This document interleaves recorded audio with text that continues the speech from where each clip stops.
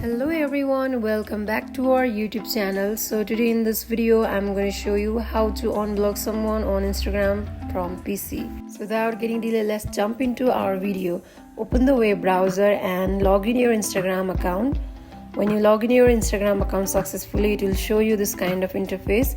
Here tap on more option that is located on bottom left corner. Click on it, it will show you this menu. So here tap on setting option. Now to navigate this interface, next scroll down until you find blocked option. So here it is, tap on it. When you click on it, you can see the list of blocked accounts.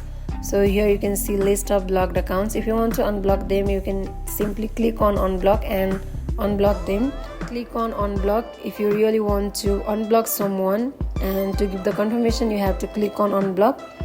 So in this way you can unblock account on Instagram from PC. So this is it for today. If you guys like this video, do not forget to like, comment and subscribe our channel. Thank you for watching.